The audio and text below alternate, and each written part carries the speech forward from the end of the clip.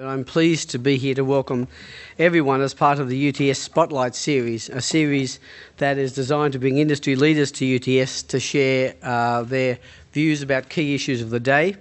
And in the audience tonight we have people from all parts of the UTS community, from current students and staff, wonderful alumni and industry partners and advisors. This evening's event on the digital economy is run in conjunction with Google, and one of the world's leading companies that many of our students are also excited to work with. The topic is one that UTS is deeply involved in. As a leader in technology and creativity, we explore and build the future of the digital economy right here in Sydney. So the UTS Spotlight with Google is part of this series that UTS runs over the year, and it provides our community with access to some of the best minds in industry. Already this year we've heard Guillaume Swiggers, the CEO of Deloitte, and coming up soon the CEO of IBM will be joining us in the Spotlight. So for more information, keep your eye on our UTS alumni website. As a university that we pride ourselves as being good to do business with, we are building deep relationships with industry leaders such as Google, with our practical research and teaching making real impact on key challenges that face the world. And so I'm very pleased in that vein to welcome Nick Leeder as tonight's speaker. As Managing Director for Australia and New Zealand, Nick is responsible for Google sales and business development operations in both countries. He started at Google in March 2011 and previously worked at News Limited, where he was CEO of the News Digital Media and Deputy CEO of The Australian. Prior to joining News, Nick worked at Fairfax and at McKinsey & Co. He holds a degree in pure mathematics from the University of Sydney and has a master's degree in business administration from INSEAD in France. He also does have one connection with UTS, and that his wife is a UTS graduate and alumni, and he met her when she was here as a student. It's a great pleasure now for me to welcome Nick Leeder to the stage. Thank you.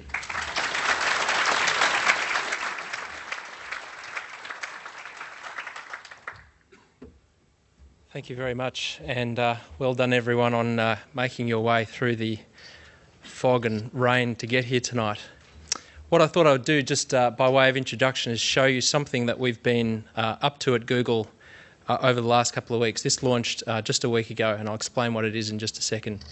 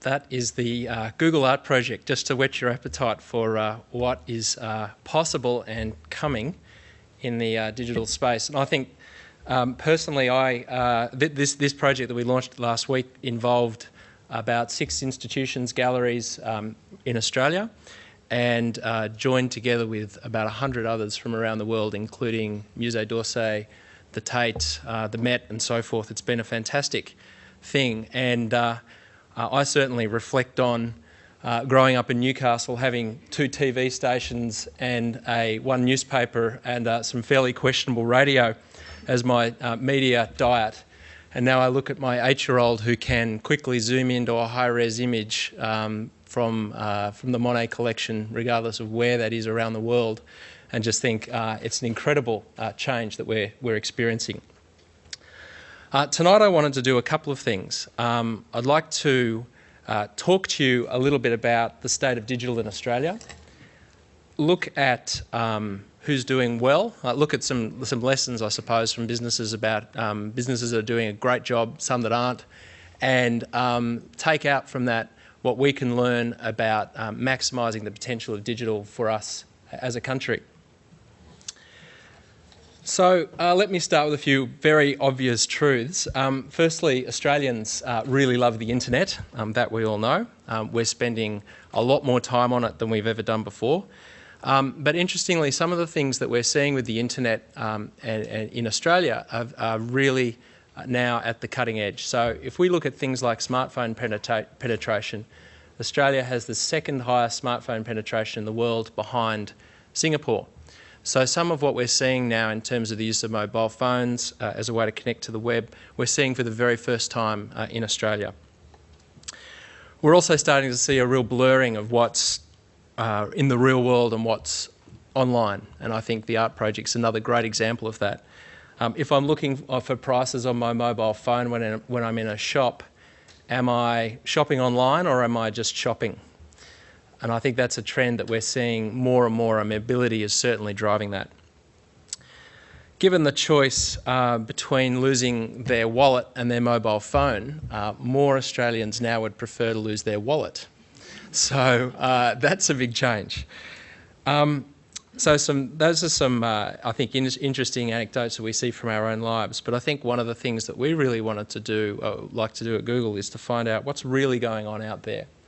What is this thing called the internet doing to our economy? And also importantly, what's it doing to our culture? Is it helping or is it hindering? Obviously at Google, we're very motivated to understand this stuff. We make our livelihoods out of digital. And I think as we dig into it, some of what we've found is actually quite surprising. I'm going to give you some sort of mind-blowing numbers to start with. But let's look at the economy.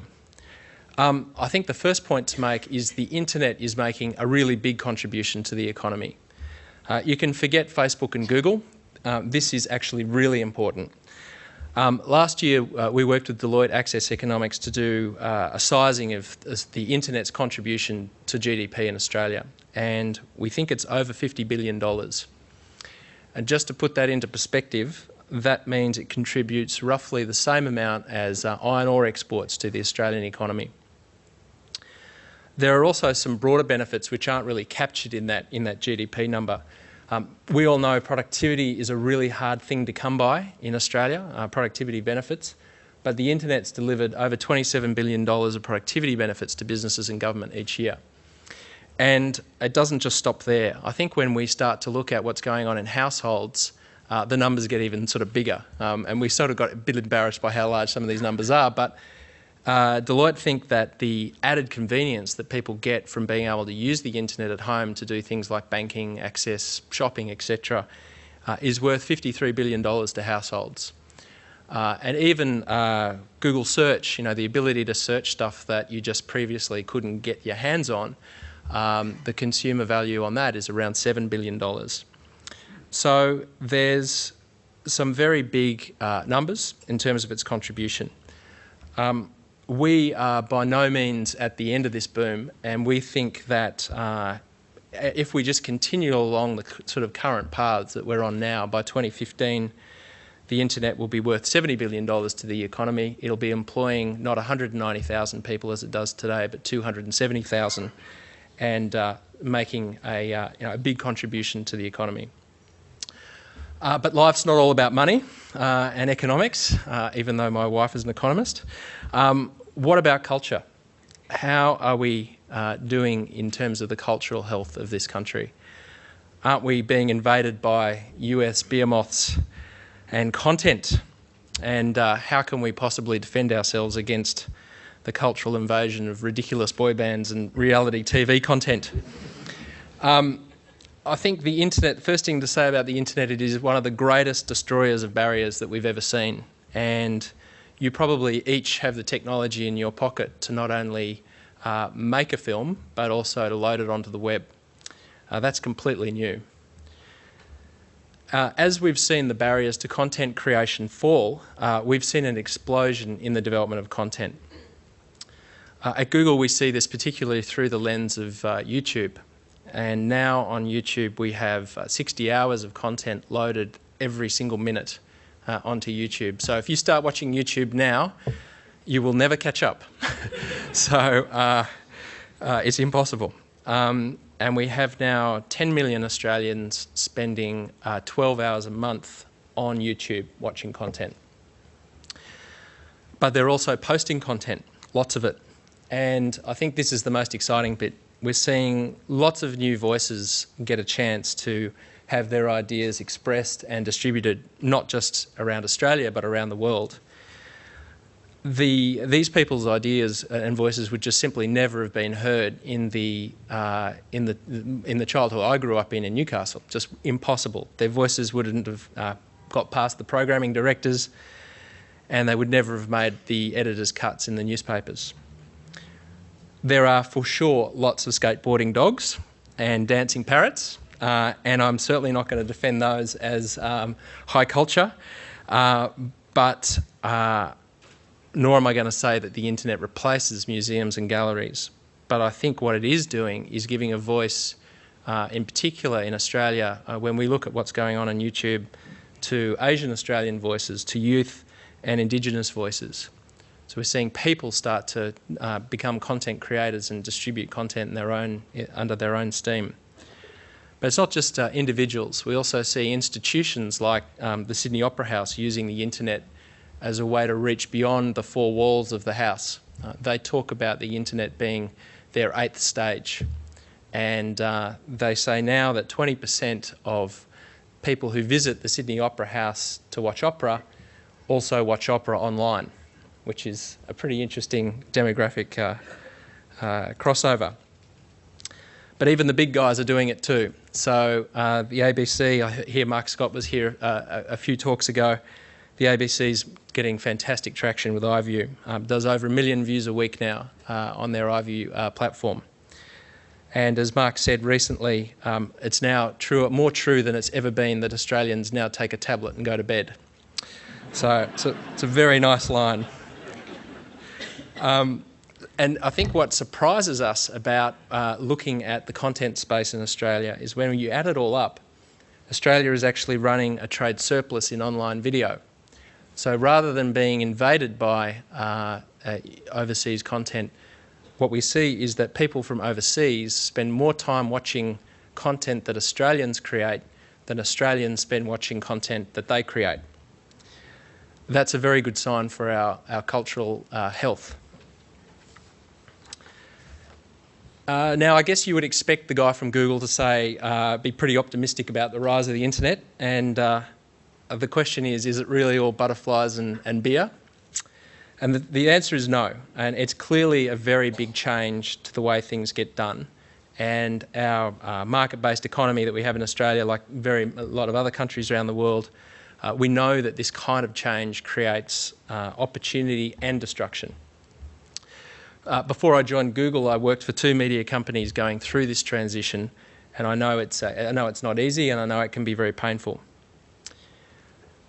The problem is that we only hear about the pain often. We don't hear about the good stories that we can learn from. I think it's a fact that a factory or a business hiring 100 new people never makes the ABC 7 o'clock news, but one that's closing does. So interestingly, on the balance here, McKinsey did a report last year looking at the impact of the internet on the economy, and they found that for every job that disappears, over 2.5 jobs get created. So there is pain, there is transition, but overall this is a positive change for the economy. Sometimes the size of the change that we're experiencing can also appear to be overwhelming, and we've already talked about some of the massive impact that the digital and the internet is having on the economy, culture and on jobs. Because the scale is so big, there can be a temptation to think that we're powerless in this, that we're just riding it along. I think that would be a very big mistake. There's nothing predestined or ordained about which companies are going to transition through this or countries are going to transition through this change well. And it's actually up to us, the governments, our educators, our boards, our businesses, to help maximise the opportunities that we have available to Australia through this transition. So what I'd like to do now is give you a few examples of companies who've really got things either terribly right or terribly wrong through this transition. First, Kodak. We do need to talk about Kodak. So Eastman Kodak went into bankruptcy a few months ago, and a lot of people concluded that this was kind of inevitable given that people preferred to take photos on digital cameras than using film. And as technologies change, so companies invested in the old technology are destined for the grave. But at its core, Kodak was actually never really about gelatin prints and cameras. In 1888, almost 150 years ago, it came up with the slogan, "You press the button, we do the rest." And what I think is so incredible about that slogan is you can kind of imagine a hot .com startup in Silicon Valley cooking up the same line. You press the button, we do the rest. This is a very interesting case of a company that had fantastic vision at its core but failed to make this transition. Let's have a look at another one that you probably never heard of, who's done it actually pretty well. This is an Australian company with an eerily similar name, Eastman Digital, from Glen Innes. Doesn't have the resources of Kodak, never had the opportunity to hire expensive management consultants to tell them about the future. But let's talk about being in the printing business, printing photos for over 50 years. What Eastman realised was that people, despite this digital thing, still wanted to get physical copies of the photos that they had. But they wanted it in a hassle-free form. People weren't going to photo shops with their rolls anymore, but they were perfectly happy to upload the photos that were on their Facebook pages to Eastman's website and get them printed out. Today these guys do about 1,000 orders a day for albums, calendars, canvas prints. And I think what's really interesting about this story is that you have two companies in the same space, and if you were betting 15 years ago about which one was going to make the transition well, I bet you we probably would have all got it wrong, but there you have it. Eastman's in the same business that they were in before, they're just doing it better, and they didn't wait for a startup or someone to tell them how to do it. So that's a story about photos. Let's talk about fish. So, 14 months ago, we launched a program called Getting Aussie Business Online with MYOB. We knew that only 35% of Aussie small businesses had a website, and we surveyed them, and 98% said they wanted one. And we were wondering about the other 2%, but we forgot about those guys and just concentrated on the 98. But they said to us there were three things. They didn't have the time, they didn't have the money, and they didn't understand the technology. So the idea we developed with MYOB was to create a service that was incredibly simple. Anyone can do it, 15 minutes and free, to build a website from scratch. And the folks who run shoal-based sports fishing in the Northern Territory took us up on the offer. 32,000 businesses have come online through that program now and got started. 50% of the phone inquiries they now get come through their page on Google Places, or their own website now. And he's getting bookings from all over the world and people actually booking in advance. And you can see many happy customers. So the internet is good for people, bad for fish. But I think it's a fantastic story about what Australians will do if given the platform and the technology, they just grab it. So I gave you the bad news just a moment ago that only 35% of SMEs had a website. That was the number that we thought was in place about 14 months ago. Interestingly, that number's now over 50%. So I think small Australian businesses are certainly getting the picture that it's important to be online. So now what I'd like to do is propose 3 things that we need to do as a country to really make sure that we maximise the opportunities that we have from digital. And the first is around infrastructure, the second is around policy and our public policy framework, and then finally is around people. In other words, build the roads, get the rules right, and then let people drive along them at high speed and in safety. So firstly, the roads. I think it's very important that we don't forget that ideas absolutely need infrastructure. Ubiquitous high-speed broadband is something that we see as absolutely essential to Australia fulfilling its promise, the promise of the internet boom. We see things like the ART project coming along, demanding huge amounts of capacity and speed to make them work well. And the use cases are starting to emerge about what the NBN will be used for. So while we absolutely acknowledge that the NBN is a lot of money, it's a big investment for Australia, we really applaud the federal government's vision in that nation-building investment. The second point is around open policy settings. And I think this is very important because many of the things that we're seeing on the web, we're seeing for the very first time. They're surprising. Vint Cerf, the commonly called the father of the internet, likes to say that 99% of the stuff that the internet's going to be used for haven't even been imagined yet. And I think when we look at something like web search, which has been around for over a decade, this is very, very old in internet speak now, it still has surprises in it. 16% of the searches that we see on any given day we've never seen before at Google. So things can change even in something that's now a teenager. Pizza. Pizza's been around for thousands of years, but even it's undergoing change. Talking to the CEO of Dominos Pizza, 60% of his bookings, of his orders, now come from online, and half of those are coming from mobile phones. He's got some very disturbing insights into what 25-year-old males, Australian males, think. And it turns out that absolutely none of them at 5 o'clock in the afternoon have any idea what they're going to eat that night. And Don from Dominos is ready to take their order. So how does that fit when you've got all this change within the public policy framework?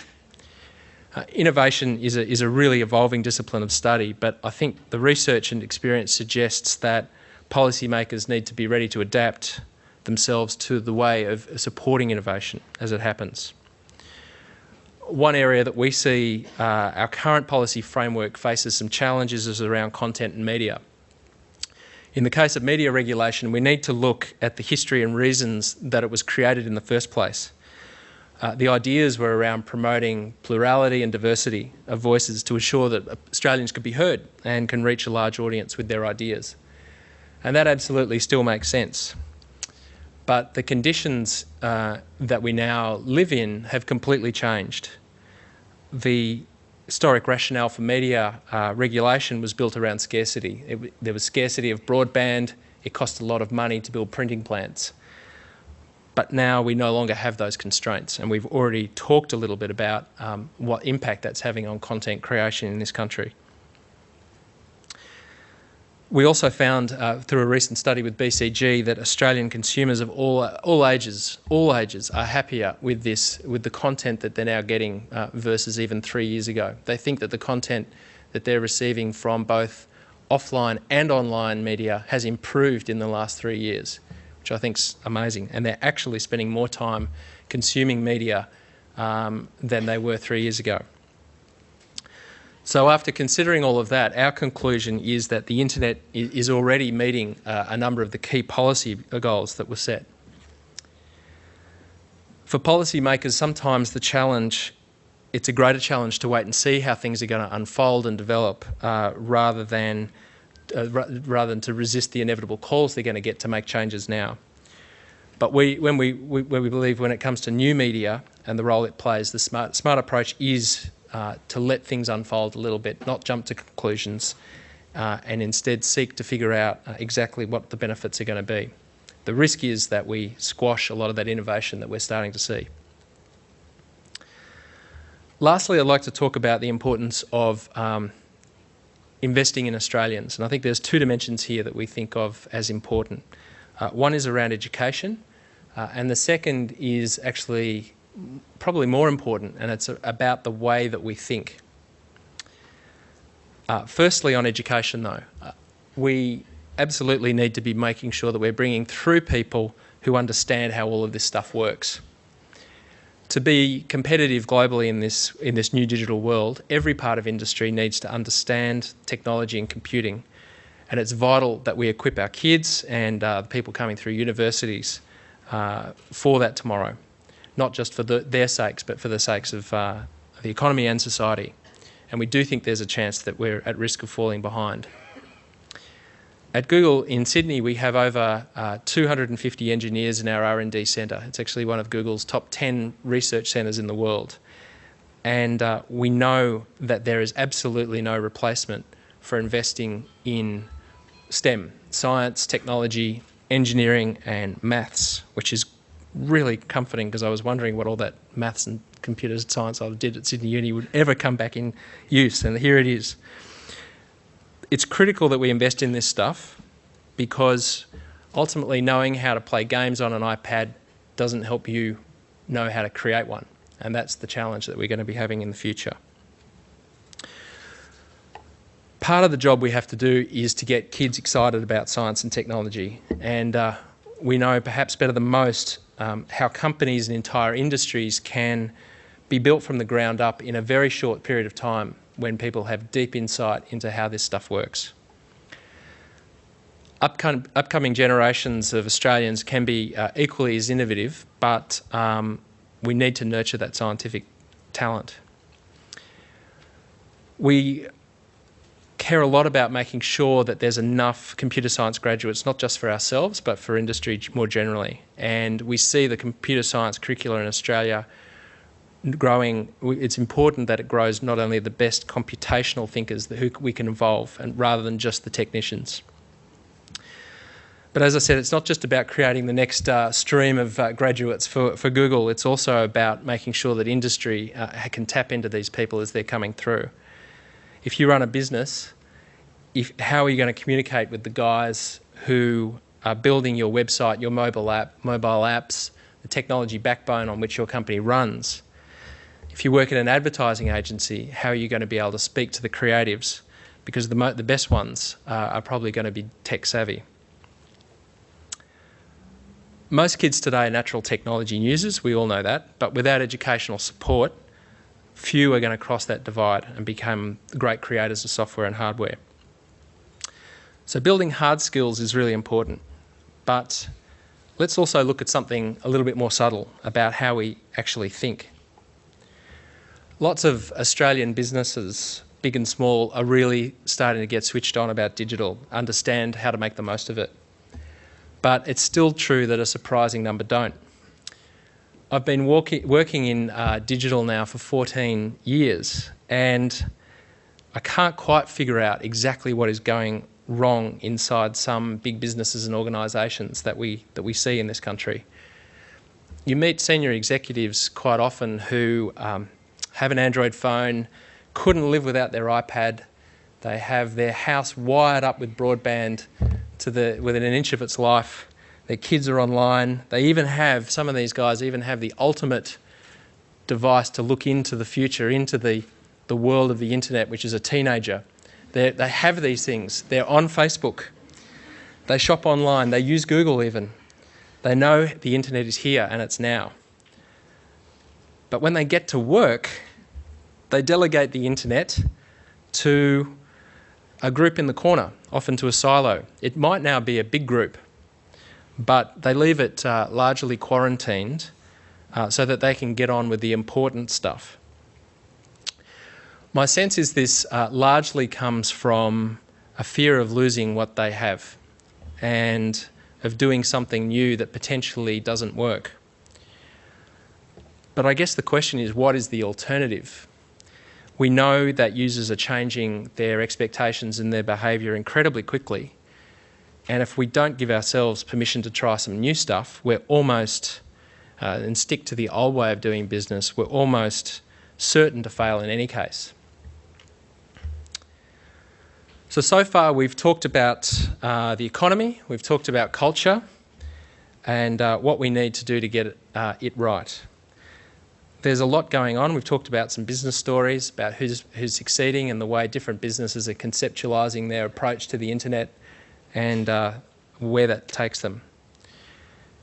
And there's certainly a lot happening in this space, and it can be incredibly fast-moving and quite confusing. But I think one thing that we can really help simplify what's going on out there is to keep focusing on one thing that isn't going away, and that's people. Whether you think of them as consumers or users, customers, they are really what the internet is all about. When it's done at its very best, the technology should actually melt away, and it should be about what real people are doing in their lives. This is, I think, how Google's actually managed to stay successful. And we may be an internet company, but we have to stay agile. We're facing some very big changes in the digital market all the time, and I'll talk about that in just a second. We absolutely natively understand what's going on in digital, but still we can be caught out.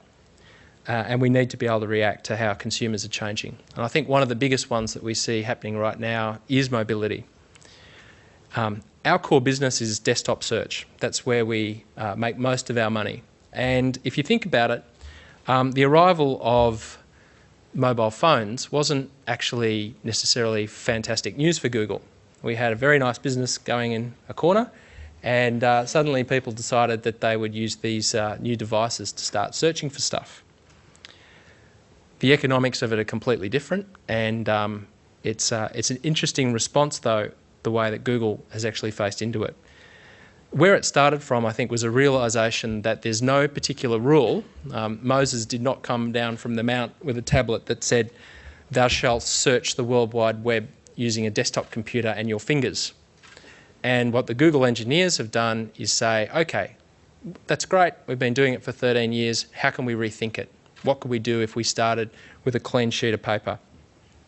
And we've seen some really interesting fundamental shifts occur. Firstly, search on mobile phones. But the next step, which has been interesting, is, well, why do I have to type stuff in? Can't I just use my voice to make a command? And again, we've seen Apple do that beautifully with the iPhone as well. But what if I could just take a photo of something and get Google to figure out what it is? So you're now starting to see search evolve and develop and change. Happily for us, desktop search is actually continuing to grow. But I think that what mobile search has done is it's taught us about voice, it's taught us about the importance of local businesses, it's taught us about the importance of taking action from search and things like photo search, image search. So it's completely redefining the way we actually do our core business as a result. So that's it. We're staring at a $70 billion contribution to the economy from the internet by 2015. I think it's ours to mess up, and I don't think we will. The internet absolutely can't fix all problems, but there's a pretty good argument that it can fix a lot of the ones that Australia is actually facing now around productivity, diversity of media and so forth. So let's invest in the infrastructure. Let's be smart about the public policy framework and let things unfold. Let's invest in education, make sure that we're thinking about this change in the right way with an open mind. And when you're facing one of these changes in your business, your organisation, I'd encourage you to start with a blank sheet of paper, have a look at the user or the customer and see what they're up to. Thank you.